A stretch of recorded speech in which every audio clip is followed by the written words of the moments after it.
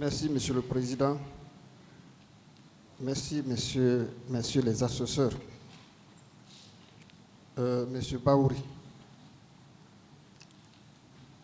hier, je vous ai entendu dire à la défense que pourquoi vos déclarations ont une si grande importance. Il vous a donné la réponse. Et moi, j'ajoute sur sa réponse qu'effectivement, vous êtes un grand homme politique, un grand intellectuel, et vos déclarations sont toujours attendues. On vous écoute. Merci. Monsieur Baouri, plusieurs questions vous ont été posées par la défense hier avec les suppositions. Si vous aviez respecté l'interdiction, est-ce qu'il y aurait eu ce qui s'est passé?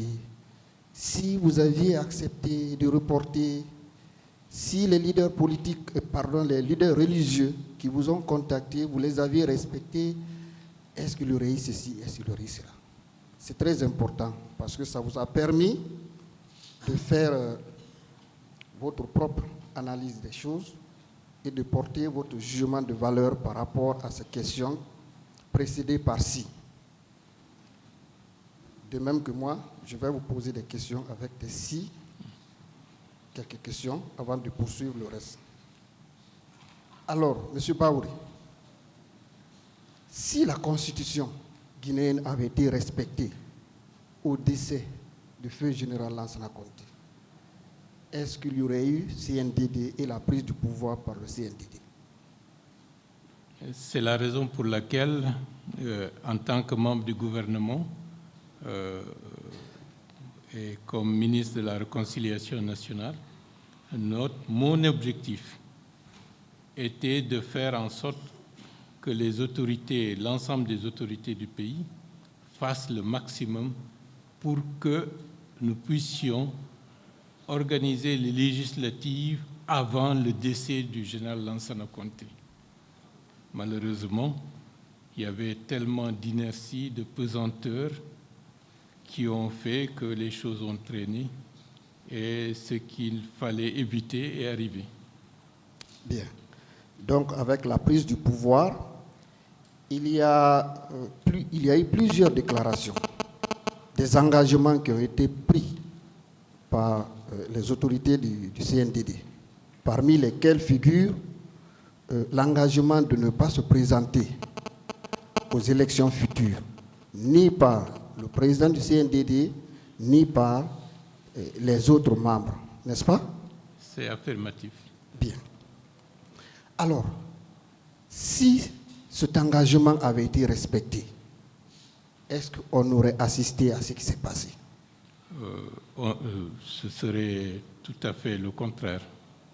On se serait réjoui et la Guinée aurait pris un autre élan beaucoup plus vertueux. Bien. Je veux avoir également votre avis personnel. Supposons qu'au jour de la prise du pouvoir par le CNDD, alors le capitaine Dadis Camara disait que et lui et tous les autres membres du CNDD avaient le droit de se présenter aux élections. Quelle serait la réaction des forces vives, selon vous? Qu'il aurait pu se présenter. Voilà, dès la prise du pouvoir, parmi ses engagements, il aurait annoncé cet engagement de se présenter immédiatement, c'est-à-dire qu'aux élections futures, et lui, capitaine Dadis, et les autres membres du CNDD, chacun avait le droit de se présenter comme candidat au même titre que les autres leaders. Quelle serait votre réaction? Je pense que l'écrasante majorité des acteurs et la population auraient considéré cela comme une confiscation du pouvoir. Et donc l'adhésion populaire qu'on a eu à assister n'aurait pas eu lieu, n'est-ce pas? C'est possible, très probable d'ailleurs. Bien. Monsieur Baouri, sur l'organisation du meeting à la date du 28 septembre, bien avant ce jour, est-ce que vous avez reçu une invitation de la part de l'autorité du CNDD allant dans le sens d'organiser des débats ce jour afin de magnifier les héros de l'indépendance et de les faire connaître à la génération future? Est-ce que vous avez reçu une invitation, un document, une lettre, un message quelconque dans ce sens? Pas du tout, et je dois rappeler que la fixation de la date de la manifestation avait fait l'objet de publicité, de concertation large et d'explications avant même que cela soit officiellement acté. Donc, ils avaient les moyens d'être au courant et de prendre des initiatives si telle avait été leur volonté. Bien. Supposons que cela aurait été fait. Est-ce que vous auriez refusé de venir faire des débats publics au Palais du Peuple ou à l'endroit qui serait indiqué pour vraiment magnifier ces héros et montrer vraiment leur bravoure à la génération future? Est-ce que vous auriez refusé cela? L'invitation aurait été accueillie avec enthousiasme. Très bien. Et donc, c'est un alibi de dire que ce jour a été décrété et que c'était un jour qui était alors considéré comme le jour où il fallait faire, alors magnifier ces héros. C'est un alibi, selon vous? Parce qu'en fait, officiellement, c'est la date du 2 octobre qui est la date qui est plus commémorée. Le 28 septembre, c'était simplement une journée symbolique dont on parle de temps en temps au passage. Bien. Est-ce que vous saviez qu'au même moment où vous étiez en train de tenir le meeting à Conakry, le CNDD avait également organisé d'autres meetings à l'intérieur du pays, notamment à Guékédou, à Massanta et à Zérékoré, le même jour? Est-ce que vous le saviez? C'est par la suite qu'on l'a su. Très bien. Alors, dire que ce jour était décrété et qu'il fallait que vous acceptiez de reporter ou de renoncer à ce meeting afin d'aller faire un débat sur ces acteurs de l'indépendance, est-ce que réellement, une deuxième question sur ça, n'était pas un alibi? C'était un abus de pouvoir et une certaine forme d'iniquité. Bien. Alors, venons sur le commandant Toumba. Vous avez eu à répondre hier aux questions et cela m'a beaucoup plu. Vous avez dit que ce que vous avez vu, ce que vous avez constaté, c'est ce que vous déclarez ici. Oui ou non? Oui. Bien. Est-ce que vous avez eu à dire que le commandant Toumba était arrivé à l'esplanade du stade et qu'il aurait tiré? Est-ce que vous avez eu à dire ça? Est-ce que vous avez eu à dire à la barre ici qu'au moment où le commandant Toumba est arrivé à l'esplanade du stade du 28 septembre et qu'il aurait procédé au tir en rentrant au stade? Est-ce que vous avez eu à dire cela ici? Je ne peux pas le dire puisque je n'étais pas là-bas. Donc, ce que vous avez vu, ce qui s'est passé devant vos yeux, c'est ce que vous avez dit. Affirmatif. Bien. Ainsi, vous avez eu à dire que le commandant Toumba est arrivé devant vous. C'est à ce niveau seulement que vous l'avez vu, ou bien il était loin, vous l'avez déjà aperçu? C'est lorsqu'il est arrivé et qu'il était pratiquement face à la tribune qu'on l'a vu. Très bien. Donc, tout ce qui s'est passé avant, vous ne saviez rien? Affirmatif. Très bien. Alors, au moment où il était arrivé devant vous, est-ce qu'un de vous était déjà blessé, molesté, avait été déjà battu au moment juste où il est arrivé devant vous? À ce moment-là, à notre niveau, avec les coups de feu, les explosions de grenades lacrymogènes, la foule qui commençait à s'égayer. Bon, et certains qui commençaient à paniquer.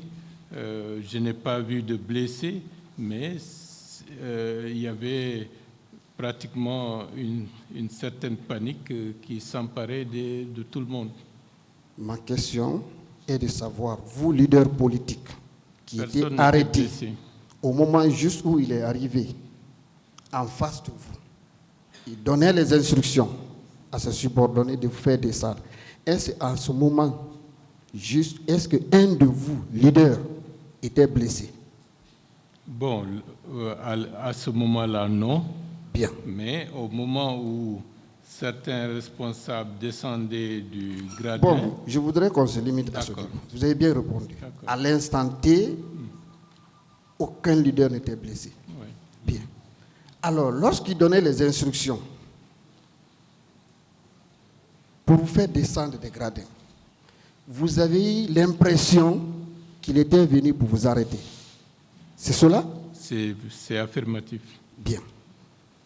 Alors, lorsque vous êtes descendu et qu'il n'y ait pas eu un de vous battu, blessé, rien ne vous est arrivé, où il devait vous conduire, selon vous? Dans un poste de détention, a priori. Bien. C'est ce que je pensais à ce moment-là. Bien. Donc, si un de vous n'était pas blessé, la direction vers l'hôpital n'allait pas être prise. Oui ou non? C'est clair. Bien.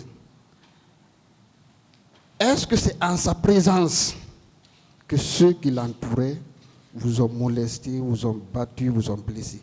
Est-ce qu'il était là au moment où il vous a dit descendez à travers ses subordonnés? Vous êtes descendu. Est-ce que c'est en ce moment, aussitôt vous êtes sur la pelouse, que vous avez reçu des coups, des blessures? C'est en ce moment, n'est-ce pas? Il y avait déjà des agents qui commençaient à donner des coups de ceinturon et d'agresser et de nous agresser. Bien. En ce moment précis, vous êtes battu, vous êtes blessé.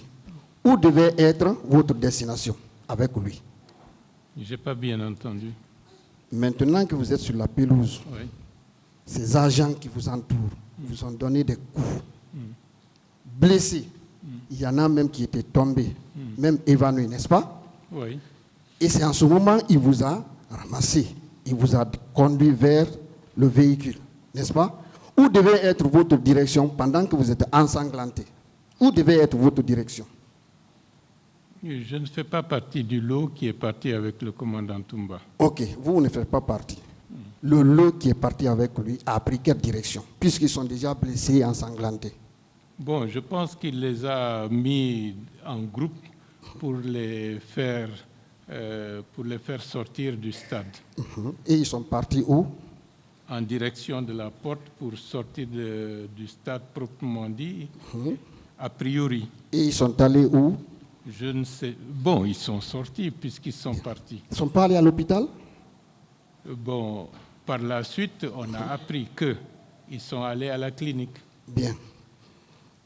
Je vais lire juste un petit passage avec Monsieur le Président concernant M. François Losenefal.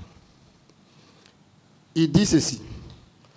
Lorsque Toumba Diakité a constaté que nous étions tous ensanglantés du fait de nos blessures, il nous a conduits à la clinique Ambroise Paré pour des soins.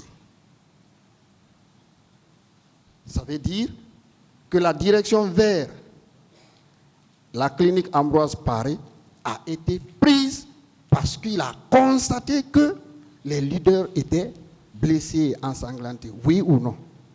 Les faits l'attestent. Bien.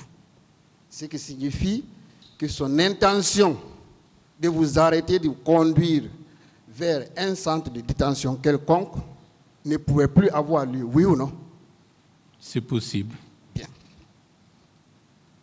Monsieur Baouri, est-ce que vous étiez libre quand vous étiez couché à l'hôpital clinique Pasteur, disons à la clinique Pasteur? est-ce que vous étiez libre de vos mouvements, de sortir, de rentrer chez vous comme tout malade? Je me sens maintenant mieux. Je peux quitter mon lit d'hôpital et puis je m'en vais à la maison. Est-ce que vous étiez libre en réalité? L'accès et les sorties étaient interdites. Très bien. Donc, contrairement aux autres malades, pour vous, vous n'étiez pas libre de sortir de la clinique et de rentrer chez vous, n'est-ce pas? Peut-être permettez-moi de préciser parce que à ce moment-là, il semblerait que notre sécurité était beaucoup plus effective à l'intérieur de la clinique. Le fait de sortir pouvait nous exposer à des agressions éventuelles. Très bien. Est-ce que cela ne veut pas dire toujours que votre arrestation devrait avoir lieu si vous n'étiez pas blessé, oui ou non? C'est possible. Bien. Il a fallu d'ailleurs la médiation des leaders religieux pour que vous quittiez librement la clinique Pasteur, n'est-ce pas? Entre autres, oui. Bien. Venons à l'ouverture du stade. C'est très important. La défense alors, a fait croire que vous étiez entré au stade par effraction. Hier, on vous a posé cette question. N'est-ce pas? Quelle a été votre réponse? Lorsqu'on vous a dit que vous étiez entré au stade par effraction, c'est-à-dire vous avez défoncé la porte pour entrer, quelle a été votre réponse? La porte était ouverte et ce qui n'était pas dans notre programme, c'est malgré nous que nous nous sommes retrouvés à l'intérieur parce que bien avant cela, la foule s'était engouffrée déjà à l'intérieur du stade à tort, estimant que c'était le lieu qu'il fallait occuper où il fallait se retrouver. Et donc, ce qui signifie que vous n'êtes pas entré par effraction. La porte a été ouverte librement. C'est clair. Très bien. Avec la permission du président, nous allons lire les déclarations dans ce sens du commissaire Mamadi Kourouma, commissaire de police de Bellevue. Il dit ceci. Question. Savez-vous qui a donné l'ordre d'ouvrir le portail? Voici ce que le commissaire dit. Réponse. Nous avons entendu crier « Tchéboro, Tchéboro » et au même moment, le portail a été ouvert.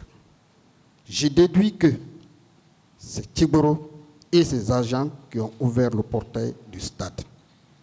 C'est eux qui avaient la charge, qui avaient en charge la sécurité du portail et de l'enceinte du stade. Est-ce que ces déclarations d'un commissaire de police ne confortent pas ce que vous avez dit? Affirmatif. Très bien. On vient à l'attaque du commissariat de Bellevue. La défense, hier, disait que ce sont des citoyens. Vous avez appelé pour venir suivre le meeting qui ont attaqué ce commissariat. Bien. Et à ce niveau, la défense a fait allusion au rapport de la commission d'enquête internationale. N'est-ce pas? Ça vous a été lu ici. Bien. Vous savez, lorsqu'on vous a lu ce rapport, on a voulu vous piéger. Est-ce que vous comprenez cela? Est-ce que vous avez compris que c'était un piège? Continuez. Bien. Lorsque nous prenons ce rapport à la page 32, ces expressions sont utilisées sous le titre grand 2, la réaction du gouvernement face aux événements. Est-ce que vous comprenez ça? Oui. Donc, c'est le gouvernement, ce sont les autorités qui ont affirmé cela. On est d'accord? Si vous aviez ce document, vous auriez lu. Et tous que nous sommes ici, qui avons ce document, on peut le lire. Eh bien, il vous a encore été dit ici hier que cette commission a interrogé 2 civils, 2 personnes. C'est consigné effectivement dans le procès verbal. Mais d'accord, dans le rapport, je vais dire. Oui. C'est toujours sous le même titre.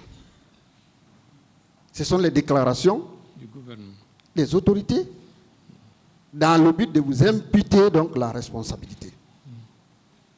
Vous avez compris maintenant que c'était un piège? Mais, il y a des réactions. La commission a eu à réagir un peu plus devant.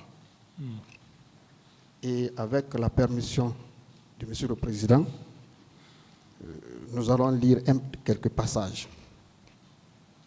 Lorsque nous prenons à la page 34,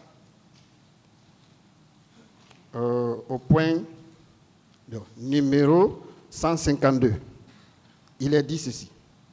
Les explications des autorités concernant la seconde phase des événements du 28 septembre sont en contradiction sur plusieurs points avec la constatation de la commission.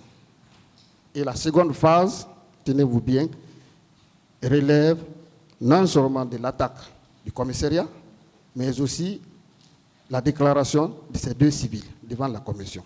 C'est ça la seconde phase.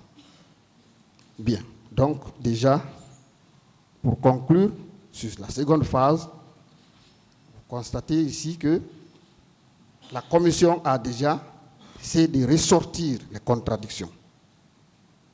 La commission même n'est pas d'accord avec les déclarations qui ont été faites par les autorités. Et avant de continuer,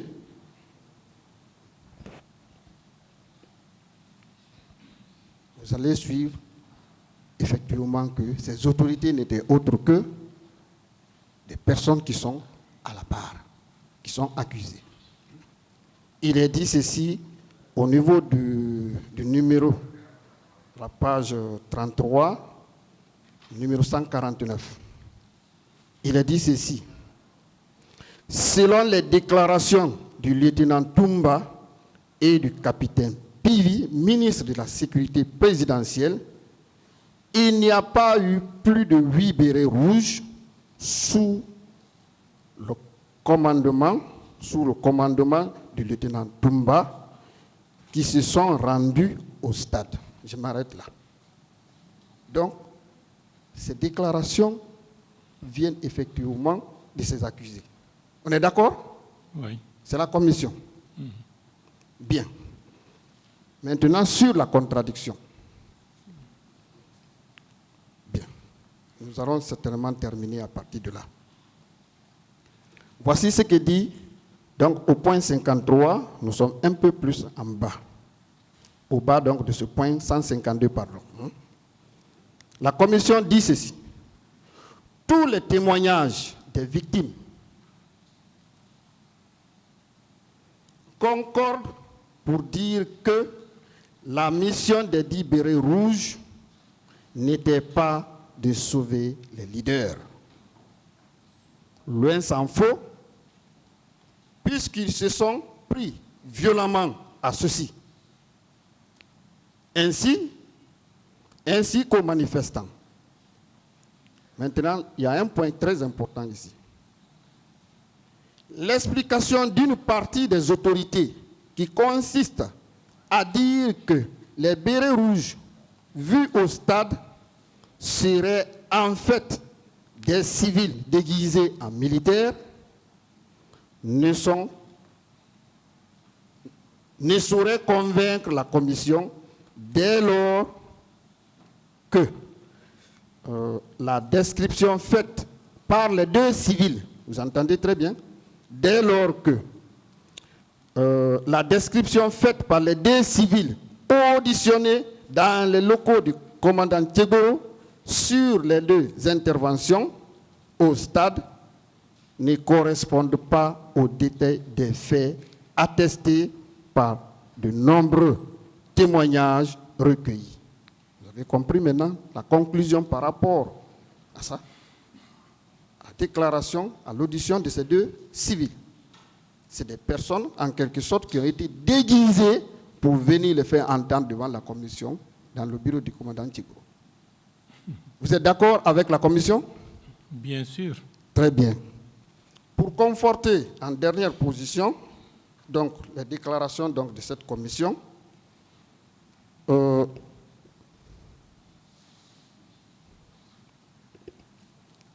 allons lire avec la permission toujours du tribunal, alors la question qui a été posée et la réponse donnée par monsieur le commissaire Mamadi Kourouma.